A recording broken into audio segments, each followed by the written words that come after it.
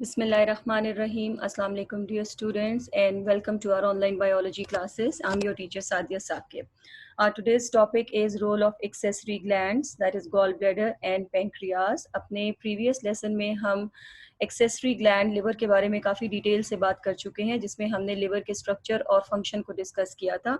अपने आज के टॉपिक में हम डिस्कस करेंगे about the role of the gall bladder and pancreas, जो कि एक्सेसरी ग्लैंड्स हैं associated with the human digestive system और फूड की डाइजेशन के प्रोसेस को कंप्लीट होने में ये अपना पार्ट प्ले करते हैं।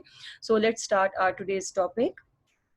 First of all we will discuss about gall bladder. Gall bladder क्या है, इसकी शेप कैसी है? It's a sac-like structure and it is located on the inferior surface of the liver. It is about 8 centimeter long and 4 centimeter wide. And how it is connected with the liver? The gallbladder is connected to the common bile duct by the cystic duct. Now bile duct जो है ये liver से originate हो रही हैं by the combination of the hepatic ducts, that is called as common bile duct, and cystic duct is a duct of the gallbladder. तो gallbladder से जो duct originate होती है उसको हम cystic duct का नाम देते हैं, और ये cystic duct common bile duct के साथ join हो जाती है and then it becomes a common bile duct जो duodenum में open होती है और वो bile की secretion को duodenum में pour करती है. What is the function of the gallbladder? Bile is continuously secreted by the liver and it is stored in the gallbladder, right? Gallbladder खुद से bile की production नहीं कर रहा, bile की production का काम liver का है. Liver continuously bile बनाता रहता है और उसको बनाने के बाद वो store कहाँ पे करता है? In the gallbladder. So it's a sac-like structure, right? You can say it's a storage organ. ये स्टोरेज ऑर्गन है जो बाइल को अपने अंदर स्टोर करके रखता है and then time to time जैसे जैसे डाइजेशन के प्रोसेस में बाइल की जरूरत पड़ती है ये बाइल को रिलीज करता रहता है into the duodenum through the common bile duct. Now just observe this diagram. यहाँ पे आप liver, gall bladder, pancreas, duodenum, stomach, इन सब ऑर्गन्स को आप देख सकते हैं और आप इनका एसोसिएशन और इनके जो एक दूसरे के साथ इनकी अटैचमेंट है वो भी आप देख सकते हैं कि कहाँ कहाँ पे ये लोकेटेड है और इनका एक दूसरे के साथ कहाँ कहाँ पे कनेक्शन है. Now you can see the largest internal organ, that is the liver. You can see here liver and it's a lobed structure. इस फिगर में आप liver की lobes को clearly observe कर सकते हैं. Two major lobes of the liver and two minor lobes of the liver, right lobe and left lobe, and then the two minor lobes, right? और this green sac-like structure, ये जो आपको inferior side पे liver पे नजर आ रही है, छोटा सा sac-like structure है जो green in color है. This is basically the gallbladder, right? gallbladder से आप एक duct originate होती भी देख सकते हैं और इस duct को हम cystic duct का नाम देते हैं. और उसके बाद लिवर की जो upper right and left hepatic जो लोब्स हैं वहां से ये देखें आपको दो डक्ट्स ओरिजिनेट होती हुई नजर आ रही हैं, दो अलग अलग डक्ट्स हैं. These are the hepatic ducts, right, जो दोनों लोब्स में से ओरिजिनेट हो रही हैं. लेकिन जैसे जैसे ये नीचे की तरफ आ रही हैं आप देख सकते हैं कि ये दोनों लेफ्ट और राइट हेपेटिक डक्ट्स ये कंबाइन हो गई हैं और फिर फाइनली ये आखिर सिस्टिक डक्ट के साथ भी कंबाइन हो गई हैं. और इस कम्बिनेशन के रिजल्ट में जिसमें तीन डक्ट्स कंबाइन हुई हैं एक दूसरे के साथ, one is the cystic duct and two are the hepatic ducts.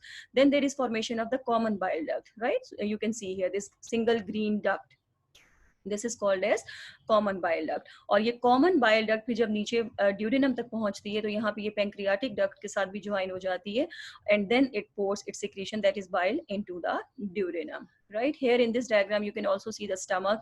लेकिन stomach के बारे में हम already काफी डिटेल से पढ़ चुके हैं. उसके बाद आप यहाँ पे ये वाला organ जो देख रहे हैं, this elongated leaf-like structure, this is the pancreas. और pancreas is the another accessory organ. Right, it's a complex organ composed of both exocrine and endocrine tissues that perform several important functions. Now pancreas एक बहुत unique किस्म का gland है, एक बहुत unique किस्म का स्ट्रक्चर है. ये इसको हम यूनिक इसलिए कह रहे हैं because this gland is a combination of two different types of cells. Within same gland there is differentiation of cells. One part of the pancreas is called as exocrine part and the other part of the pancreas is called as endocrine part. Now what is the difference between two? Exocrine tissue का क्या role होता है और endocrine tissue का क्या role होता है? दोनों tissues का रोल है secretions release करना. Exocrine cells भी secretions produce करते हैं और endocrine cells भी secretion produce करते हैं. But the difference is this कि exocrine secretions are poured through ducts.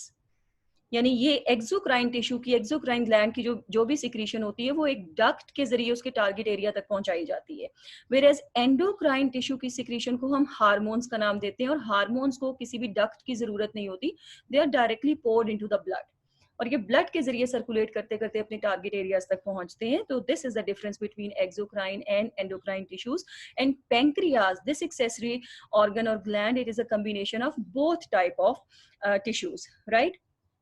And it performs several important functions. Now, what are the structure and function of the pancreas? Structure, अगर हम pancreas का देखें, it consists of head located within the curvature of the duodenum, a body and a tail which extends to the spleen, right? Here you can observe the figure of pancreas. You can see here. Same यहाँ पे आप दोबारा फिर से liver observe कर सकते हैं. Liver के साथ ये ग्रीन सैक लाइक स्ट्रक्चर आप गॉल ब्लैडर ऑब्जर्व कर सकते हैं. और ये सी शेप कर्व्ड स्ट्रक्चर जो आपको नजर आ रहा है, दिस इज द ड्यूडेनम और स्मॉल इंटेस्टाइन. और यहाँ पे अगर आप ये देखें, ये आपको लाइट कलर का एक लीफ लाइक स्ट्रक्चर जो नजर आ रहा है, दिस इज द पेंक्रियास. और पेंक्रियास का अगर आप स्ट्रक्चर देखें, इसकी शेप देखें, तो the part of the pancreas which is associated with the duodenum, जो ड्यूडेनम के साथ आपको अटैच नजर आ रहा है, this is the head region. ठीक है, this is the head region of the pancreas. उसके बाद हेड के बाद ये जो इलोंगेटेड आपको स्ट्रक्चर नजर आ रहा है पेंक्रियास का, दिस लीफ लाइक स्ट्रक्चर, इसको हम बॉडी का नाम देते हैं.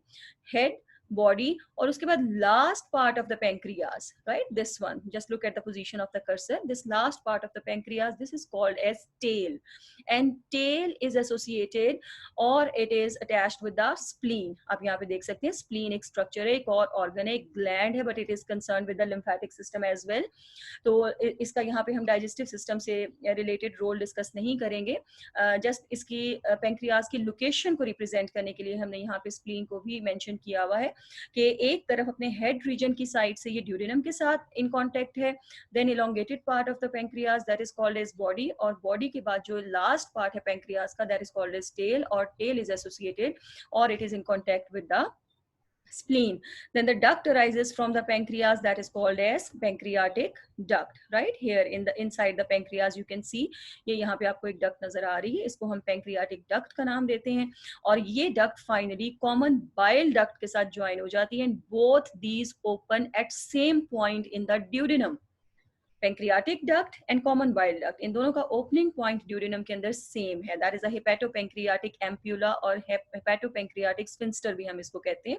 तो यहाँ पे ये दोनों डक्ट्स अपने अपने ग्लैंड्स की सिक्रीशंस पोर कर देती हैं, जो फर्दर फिर फूड के डाइजेशन के प्रोसेस को फैसिलिटेट करते हैं. Right, so endocrine part of the pancreas के बारे में हम थोड़ी सी बात कर लेते हैं. Endocrine part of the pancreas consist of pancreatic islets और आइलेट्स ऑफ लैंगरहैंस भी हम इनको कहते हैं. पेंक्रियास का जो ज्यादातर कंपोनेंट है, ज्यादातर जो हिस्सा है, दैट इज द एक्सोक्राइन, यानी वो एक्सोक्राइन फंक्शन परफॉर्म कर रहा है, that is the production of the pancreatic juice. लेकिन कुछ थोड़ा सा हिस्सा पेंक्रियास के अंदर एंडोक्राइन काम भी कर रहा है, एंडोक्राइन रोल प्ले कर रहा है. और endocrine part of the pancreas is basically called as pancreatic islets और islets of Langerhans का नाम भी हम इसके लिए इस्तेमाल करते हैं. और इस पार्ट का काम क्या है, as it is the endocrine portion, so it is concerned with the production of the hormones, and two very important hormones are produced by the endocrine part of the pancreas, and that is called as insulin and glucagon.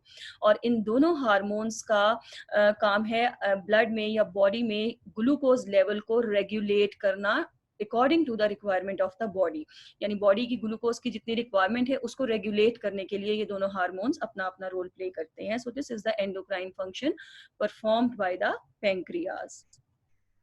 Now pancreas as an exocrine gland. अब हम इसके exocrine role को discuss कर लेते हैं. और जैसे अभी मैंने आपको बताया कि पेंक्रियास को अगर हम इसका एनालिसिस करें, इसके टिश्यूज को एग्जामिन करें, तो ज्यादातर हिस्सा जो है that is the exocrine gland, और बहुत कम पार्ट जो है that is the endocrine part of the pancreas.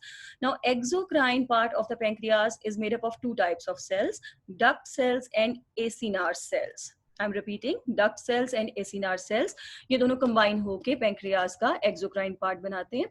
The exocrine secretion of pancreas is called as pancreatic juice, right? जो exocrine cells का role है और the secretion produced by the exocrine part of the pancreas, that is called as pancreatic juice. What are the components present in this pancreatic juice? Pancreatic juice consists of two major components. हमें दो components इस juice के अंदर मिलते हैं. The first one is an aqueous component. Aqueous का word water और liquid को represent करता है. So an aqueous component which consists of mucus and bicarbonate that neutralizes the acidic chyme, and it is secreted by the duct cells, right? जैसे मैंने अभी आपको बताया कि एक्सोक्राइन ग्लैंड जो है, exocrine part of the pancreas, it is made up of 2 types of cells, duct cells and acinar sales.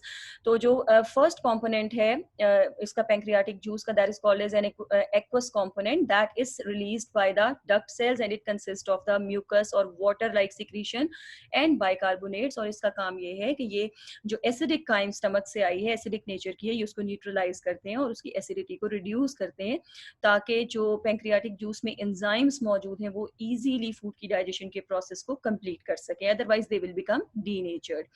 Then the second component, the enzymatic component present in the pancreatic juice, is important for the digestion of all major components of the food, and it is secreted by the acinar cells, right? Duct cells का काम है secretion of mucus and bicarbonate, and acinar cells का काम है कि ये enzymes produce करते हैं, enzymes release करते हैं in the pancreatic juice ताकि वो food की digestion कर सकें.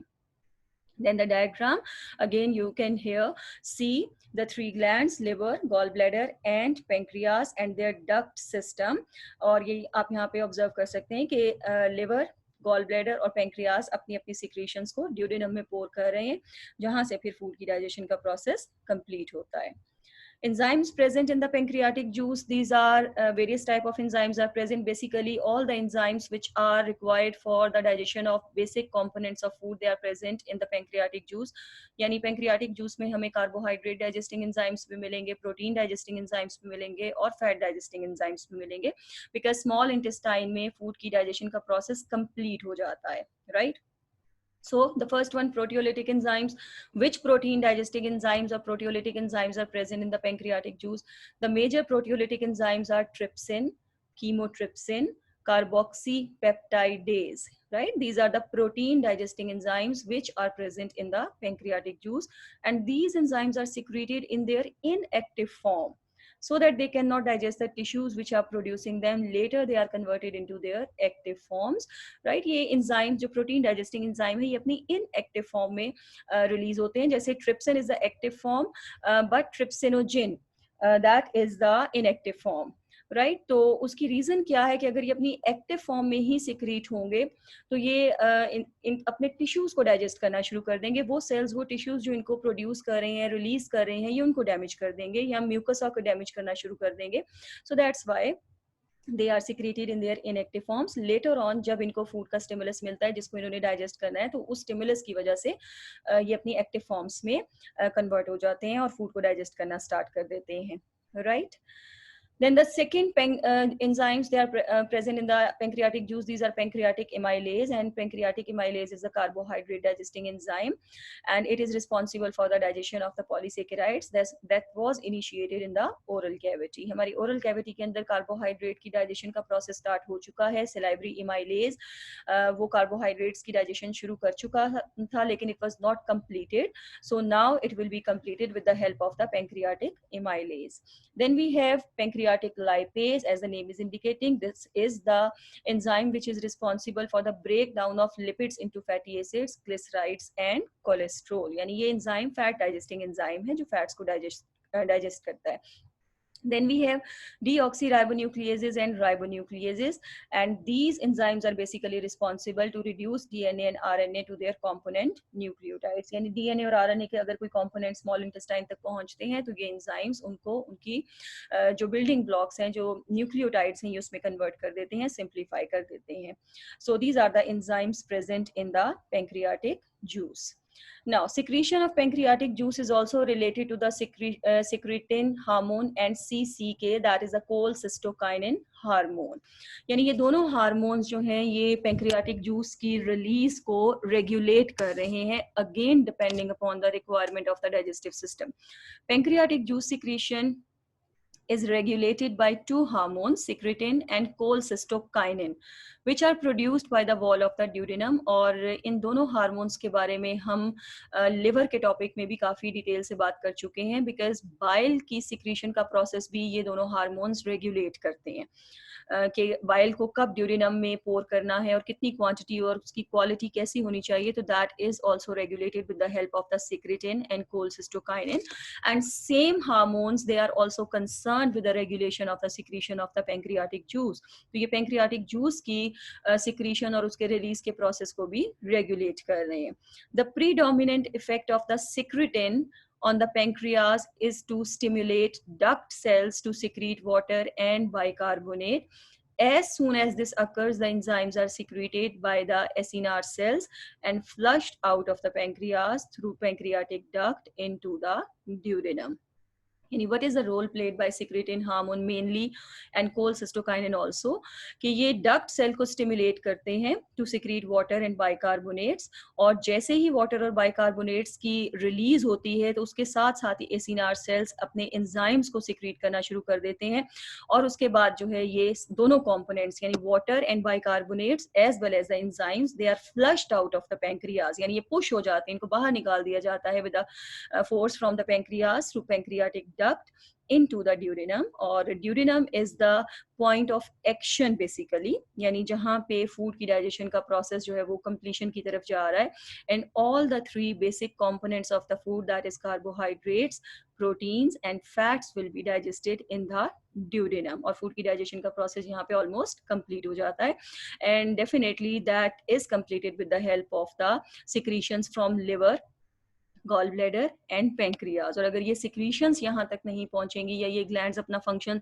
सही से परफॉर्म नहीं कर पाएंगे तो definitely process of digestion will be disturbed. Right, so that is all about our today's topic, जिसमें हमने गॉल ब्लैडर और पैंक्रियाज के रोल को डिस्कस किया है. होपफुली आपको ये टॉपिक बहुत अच्छी तरह से क्लियर हो गया होगा. So thank you for watching.